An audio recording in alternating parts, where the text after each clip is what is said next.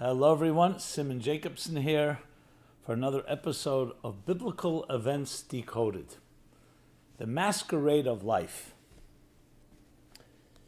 Who are you behind your masks? Will the real you stand up? This program is dedicated to Clara, my Hanagian of blessed memory, a mom, a grandma, a friend, and an inspiration for us all. We all know what a masquerade party is like. A lot of fun. People put on masks of different sorts. But is it true that it's only at a masquerade party that we put on our masks? Isn't it a fact that as soon as you leave your home, whether you're going to work or to play or to travel, we all have different masks we wear as we greet the different people in our lives? And what about even in our homes? Are we that comfortable to say that what you see is what you get? A seamless flow from the inner you to the outer you? Or are we somewhat performing, living up to other people's expectations, other people's demands, maneuvering? And especially if we grew up in a home where we weren't always comfortable in our own skin, either due to critique or judgment or demands or pressures. So we often begin to perform to satisfy our parents, siblings, educators, society around us. So it's no surprise that we all have many, many masks. And some would even go as far as to say that we're all masquerading to some extent, to the point where it's sometimes difficult to know whether you or your mask is the real you. Some people have been wearing masks for so long that their masks have become them. And I don't mean that necessarily in a malicious way or in a negative way. It's just the reality of life. If you had to learn to play defense and put up armor to protect yourself from being hurt, so often your armor becomes your identity. And it's very difficult to pierce that. And when you do want to be vulnerable, and you want to open up, it's not that easy. We sometimes lose sight of ourselves, even to ourselves, because we've been performing for so long. So it's a very good question to ask ourselves. Who are you? Who am I? Who is the real you? And to put it perhaps another way of framing it, are you a physical being on a spiritual journey, or are you a spiritual being on a physical journey? So let's cut straight to the core and the heart of it. What defines us? And therefore, what defines our masks? It's a beautiful Hasidic story of an individual who came to his great mentor, his great Rebbe, his great teacher. Until that point, he used to dress up for the holidays and for the Sabbath. He would come to his teacher, he'd dress up in the garb of the community, Hasidic garb, a long black coat, white shirt. And here one day, he appears in modern dress. And the Rebbe looks at him, his teacher looks at him and says, I see a significant marked change in your appearance. He says, yeah, Rebbe, I decided I'm no longer going to be a hypocrite. I'm a businessman at heart and soul. And I would dress up, essentially, the word masquerade, but I would dress up when I would come to you out of respect to the community. I decided just to dress the way who I really am. And the Rebbe responded to him with a smile, and he said, I thought it was the other way around. That when you dressed, this was the real you when you dressed this way. And when you're out in the business world, that's where you are masquerading to fit in there. So who is the real us? You find many parables and stories in this context, where sometimes, you have the story with the ugly duckling growing up thinking that she's a duck, and then discovering she's really a swan, and so many other identity crises, if you wish. But bringing it back home to our own personal lives, it's an excellent question to ask yourself. Because the fact is, we do have to play defense, we have to protect ourselves, We have layers of armor, different masks, and once you master that art, that becomes the real you at times. They say clowns really have tragic lives, and that's why they put on the makeup and they dress up as a clown, but really it's a crying, a bleeding clown. I don't know if you recall a book, I think later was a silent film, called He Who Gets Slapped. It's about a clown called He Who Gets Slapped. Very tragic story of a professor who is humiliated, and then he decides to live up to that humiliation and becomes a clown, and the scenes are all about him getting slapped. So just because someone dresses as a clown, makes others laugh, we don't know what's going on inside that person. Kierkegaard once wrote that you have the performer, the poet, standing on stage, and he's entertaining and he's sharing his feelings, and people are reveling, they're loving it. And the way he phrases it, just paraphrasing it, is that every time he says something that the people are so inspired by, it's another cut within his own spirit, within his own psyche. And people say, we want more, more, more. Another cut, another cut. So that which we project to the other outside world is not necessarily reflective of who we are. And that's why we live in a world of duplicity. What you see is not what you get. There's a Hebrew expression that he says one thing with his mouth and another with his heart. Or the way the Indians put it about the white man in America. White men speak in forked tongue, meaning they say one thing and they mean another. It's interesting in Hebrew, the word for face, when we say the face of it, the surface, so that's very different than what's inside. You can have the face of an object, the face of the surface of something, and it's very different than what's underneath the surface. But in Hebrew, the word for face is the same word for the word is internal, panim, which means both the face of it and also the within, that the inner and the outer are seamlessly connected. And that's in truth what we really aspire for. When you look at the innocence of a child, you see there's no duplicity. That's perhaps why we're so drawn by that purity. That outer face, that beaming face, that adventurous, free, abandoned spirit is a reflection of the inner spirit of that child. But then as we grow older, we learn to put on our masks. So there's a fascinating parable of the great mystic, the Baal Shem Tov, that helps us understand this in a deeper light. And interestingly turns the whole idea on its face, turns the whole thing upside down.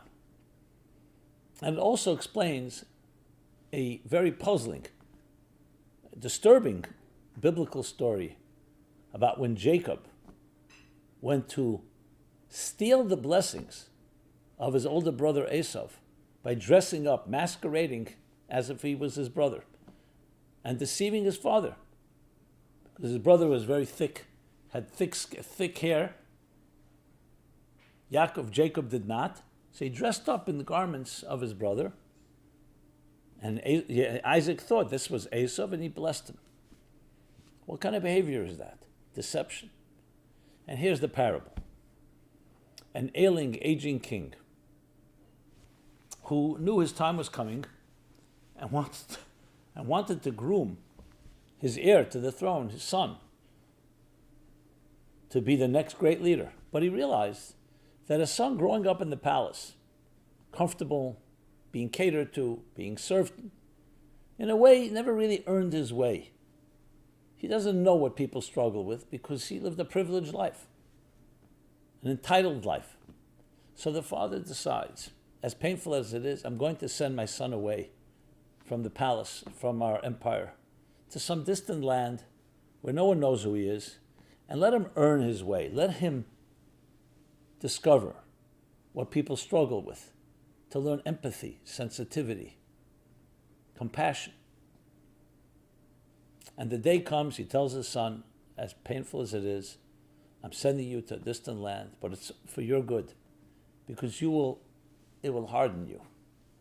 It will season you. You'll learn what real life is about without others protecting you. And it'll give you the strength, the wisdom, the resilience to be able to lead in a truly sensitive way. But I'm not just sending you off and abandoning you. I will send you a letter several times a year to remind you who you are, that you're my son. You're the next king. And we all await when you return to be that powerful and true leader. And that's what happens. He sends him off. So on one hand, goodbyes, sadness. The king knows the son will forget. In the beginning, he'll miss him. But then the son will will assimilate his ways and get used to his new life. But the letter, and the king does exactly that. As the son learns the ways of the land and forgets where he came from, but he receives a letter several times a year, reminding him. And when he receives the letter, suddenly he remembers. He wants to celebrate. What is he going to say to the townspeople, to his neighbors, to his friends? Oh, I'm your next king. They'll either be resentful or they'll think he's crazy. So he comes up with a brilliant idea. He throws a party. A party. Free drinks, free cocktails, meal, delicious refreshments, everything you want. On me. So the whole city is celebrating. Hey, great food, great drinks, great party. And while they're celebrating because they've gotten good food, he's celebrating because he received this letter from his father. So they were both celebrating, but they don't know his inner intentions. Says the Baal Shem Tov, the great mystic. This is the story of each of our lives. The soul, your soul, is a piece of the divine. It's a transcendent spirit that in its own environment lives in a palace. Immune, insulated, protected from all the hostility of this material world. It's perfect, but it's not proven itself. Its potential is not actualized because there's no resistance, there's no challenge. So God the King says, let me send my child, my soul, into a world that's a hostile world, a corrupt world, a world of concealment, where you don't see that powerful spirit, where it's not valued necessarily. Materialism is sometimes more valued. So it's hostile to the higher, deeper values of transcendence and morality and ethics. And that's where I want my child, my soul, my child, the soul, to discover itself, to stand up and become a stronger entity by standing up to this darkness and not only not being impacted, but ultimately becoming the leader that will bring light to the world. So when we come into this world, we're made to forget. We don't remember the spiritual consciousness, the spiritual awareness that we had prior to birth, prior to conception. But all is not lost, because we're told that we receive letters. There'll be reminders. There'll be a holiday. There'll be a Sabbath. There'll be other experiences in life, whether it's music, art, different moments of transcendence that will wake us up. Say, this is not really my natural place. I'm traveling through, but it's a journey. And the soul wants to celebrate. But what is it going to do? It's dealing now with a body, with physical needs and passions and all kinds of distractions, not interested in spiritual letters from a higher spiritual place. So the king says, here's what you do. And that's what we do. Throw a party. Masquerade party. Let the body think it's getting good food and good drink, enjoying itself on its terms, while the soul can celebrate what's really going on beneath the masquerade, beneath the mask of the material world, the true, deeper spiritual pleasures. So it's not about living a life of asceticism, a life of separating ourselves, disengaging. No, engaging, integrating, involved in the material world, but never forgetting that the material world is a mask is a cover, like a shell. That's why it's called klipa in Hebrew. That is protecting and hiding the fruit within. So this material world which we see is itself a masquerade. Beneath the surface of every physical material object in existence, between and behind every matter, there's energy. And actually, matter is energy. But the matter seems to conceal it. There are divine sparks waiting to be released. So when you use the material world, and yes, you eat a meal, you have free drinks and all of that, but you use the strength and energy to be a better person, a kinder person. So you're masquerading, but you're using the mask in order to satisfy the material world while you can release the deeper energy within.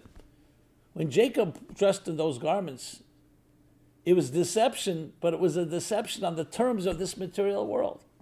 You have to dress up, just as when you take an idea that you can't communicate to a student, what do? You dress it in a mask. What's the mask? An example, an analogy, a metaphor, poetry. Not because you want to hide, because you want to convey. The problem becomes when the mask becomes an end in itself, not just a vehicle, not just a means. So the material world is really an outer surface of tremendous brimming energy within. And that's how we should look at our lives. When you see a person, let's say, cry, the tears is the mask. It's the feelings that cause one to cry. You smile, a smile on the face. That's the mask. That's the outer expression. The contours of the face have been shaped by what? By a happiness within. So it's really about bridging the within, that should be expressed in the outer masks of our lives. Now, sometimes we do need a mask to conceal, for whatever reason, because we may be in enemy territory. But the goal is not to become your mask, to understand that it's simply a means, it's a package that's delivering a deeper message. If you look at life that way, it can change the perspective on everything. Whatever job you have, is that you or is that what you're doing? Whatever interaction you have, is that you or is that your interaction and bridge with another person? Let's talk about our five senses. Our eyes, our ears, our taste, touch, and smell. What you see is not who you are. It's your eyes are a bridge, like a gate between you and the things you see. Your ears are a gate between the things you hear and you. Your mouth is expressing what your feelings, your thoughts from within. So these bridges are exactly that. They don't define you. They are the connectors, the interfaces between the inner you and the outer you. Because you don't need eyes to see yourself. You don't need ears to hear yourself. And you don't need taste, touch, and smell to experience yourself. So the objective is to actually create a bridge between the outer and the inner, between form and function, between the package and the gift within, between the fruit, between the peel or the husk and the fruit within. And that's when you create real seamlessness in your life. So masks are necessary, both in order to express ourselves and also to be able to relate to others on their terms, but not where it becomes an end in itself and a power of its own and defines who you are. It's a tool, it's an instrument. And the instrument is meant to create the connections, but to realize that it's always the energy beneath the mask. So it's a good question to ask yourself, who am I? Will the real you stand up? What are my masks and who's the real me? And often in relationships, especially when you get connected with someone, you have trust. What is ultimately trust and love? You can celebrate your vulnerability. You can celebrate yourself. The naked you, I mean that in a spiritual, psychological sense. That's not covering up. That's not hiding. That's not camouflaging itself behind different masks. But the real you is being expressed. And that's a great blessing to bless someone, to find someone in their lives that they can have that type of experience. Two vulnerable people experiencing true intimacy. At the same time, because we do live in a world that has a material dimension to it, so the key is to figure out how to express that inner self into an outer world. And that's where the intelligence of using the proper masquerades, the proper garments, the proper way of dressing up to express that deeper truth. But remember, the metaphor that we use when we teach, it's not the end. The metaphor is just a vehicle to express a deeper idea. So, is this world a world of masquerades? Some people feel life is all a masquerade. I don't know who's real. I don't know what's real. So there's that truth to that there is an aspect of masquerading, an aspect of camouflage, of cover in this world, but that beneath the cover lies tremendous energy. And this is the essence of all science and physics. How do we tap into the energy, the tremendous, the awesome energy lying within the seemingly innocuous, inanimate surface? But in truth, it's pulsating with this powerful, infinite energy. And when you can join the two and fuse the two, you have what is called real truth. The experience of the transcendent within the immanent. The experience of the inexpressible in the expressible.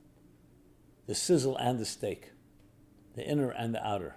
The face and the inner dimensions expressed in that face. So the eyes are the windows to the soul. The face can express some of the deepest feelings without even saying anything. May all of us experience that type of seamlessness. And stop the charade. Be the real you and figure out how to express it in a way that others can relate to and appreciate. And ultimately, when each of us expresses the real self, the essence of who you are, then we have those cosmic musical notes that makes each of us indispensable, both necessary as well as complementing and complemented by everyone around us in one classic, grand, cosmic symphony. Thank you. Simon Jacobson here. Meaningful Life Center, meaningfullife.com. Meaningful Life, exactly that.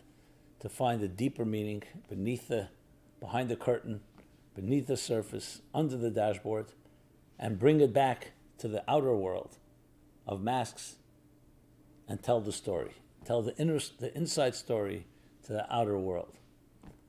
Please join me in this effort by sharing these ideas, easy to share with others, providing feedback, thoughts, comments, questions, and staying connected. I wish you well. Be well. Until next time. This has been Simon Jacobson, biblical events and characters decoded. I look forward to seeing you soon.